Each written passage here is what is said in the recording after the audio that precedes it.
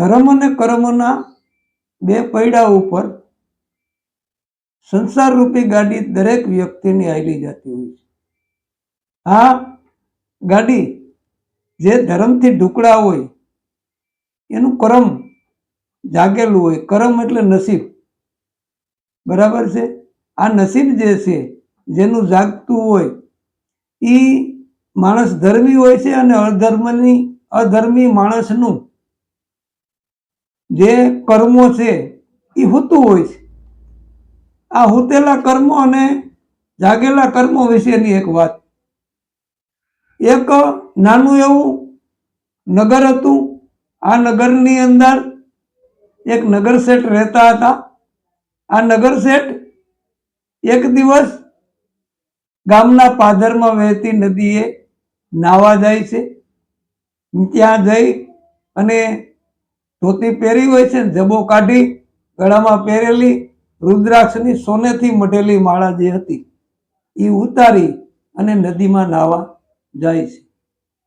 શેઠને થોડીક ઉતાવળ હોવાથી પોતે નાહી ધોઈ અને જબો પહેરી અને માળા ભૂલીને ત્યાં વયા જાય છે.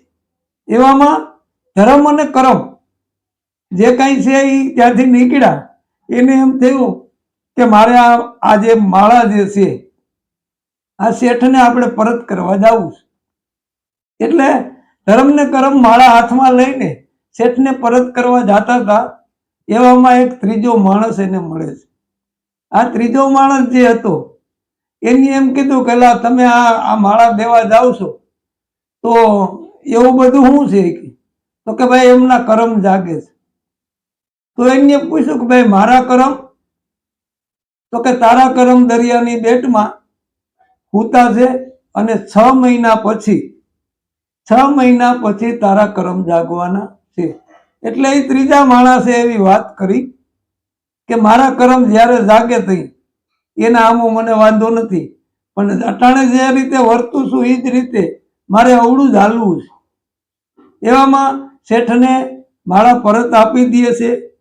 જોત જોતામાં 6 મહિના વીતી જાય છે.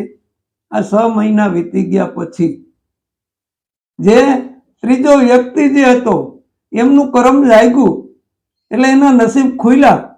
આ નસીબ ખુલવાની સાથે જ એ પહેલા જ દિવસે જે કાંઈ આર્થિક રીતે સધર થવો જોઈએ એ મહિનો થવા. 2 દિવસ પછી એ ગામના રાજાની કચેરીમાં જઈ ઠાઠમાઠ કરી ફર્સ્ટ ક્લાસનો પોશાક પહેરી અને રાજાની કચેરીમાં જાય છે. આ રાજાની કચેરીમાં ગયા પછી રાજાને નવાઈ લાગી કે આટલો બધો ઠાઠ કરીને આવનારો વ્યક્તિ કોણ છે.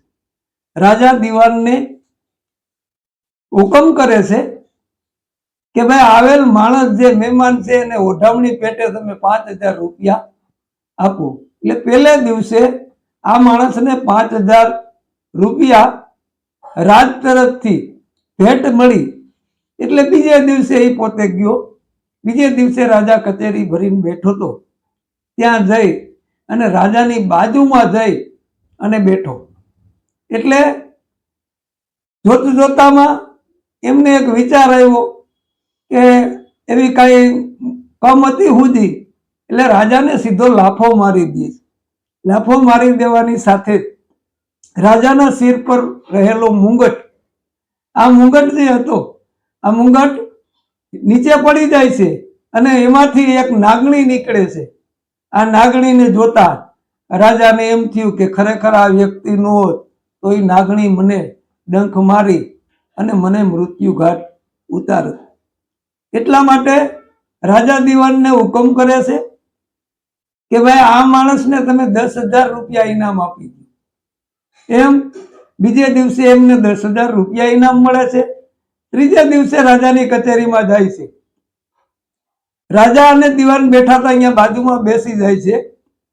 થોડી વાર પછી રાજાને ધક્કો મારીને સેટા ફેંકી દે છે અને રાજાને જેવા ધક્કો મારીને સેટા ફેંકે છે તરત જ રાજાની પાછળ રહેલી દિવાલ પડે છે. એટલે રાજાને નક્કી થઈ ગયું કે આ માણસથી મારો જીવ બચ્યો છે, જેથી કરીને રાજા એમને અડધું રાજપાટ આપે છે. એમ આ પાસા જે છે આ પાસા અવળા નાખે છતાંય સવડા પડે, આને પ્રારબ્ધ કહેવામાં આવે, આને નસીબ કહેવામાં આવે છે. પણ મારું માનવું એવું છે કે પ્રારબ્ધ વિનાનું પુરુષાર્થ વિનાનું પ્રારબ્ધ પાગડું છે. પુરુષાર્થ વિનાનું પ્રારબ્ધ પાગડું છે. બોલો સતગુરુ દેવની જય, સત્ય સનાતન ધર્મની જય, ગિરનારી મહારાજની